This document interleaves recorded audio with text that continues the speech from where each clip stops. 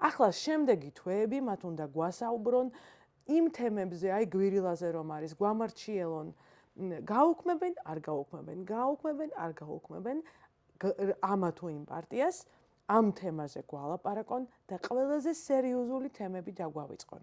ხალხო, ცოტა ხნის წინ განსაკუთრებული სისასტიკით მოკლეს ახალგაზრდა მასწავლებელი.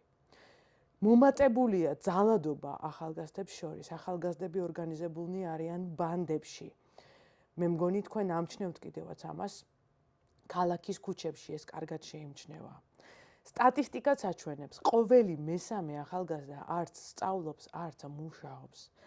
ახალგაზრდები, რომლებიც იზრდებიან მშობლების ყურადღების გარეშე, მათი მშობლები უცხოეთში არიან და მუშაობენ, ფულს აგზავნიან, მაგრამ ოჯახური კერა, სითბო და ყურადღება ამ ბავშვებს აკლიათ. იმის მაგივრად რომ ვისაუბროთ იმაზე, რომ ყველას გაგვიძვირდა ცხოვრება, 10%-ით გაძვირდა პურის ფასი.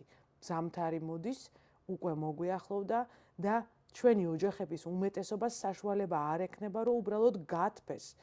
არ ექნება საშუალება, რომ დაფაროს გათბობის ხარჯები და ელექტრობის ხარჯები.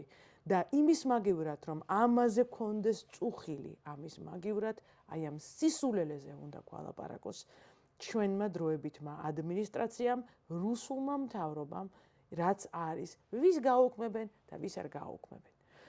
ცოტა ხნის წინ 23-ში მე ჩემს პარტნიორ ორგანიზაციასთან, ლინქსთან ერთად გამოვაქვეყნე ანგარიში იმ სცენარების შესახებ, რომლის მიხედვითაც განვითარდებოდა მოვლენები.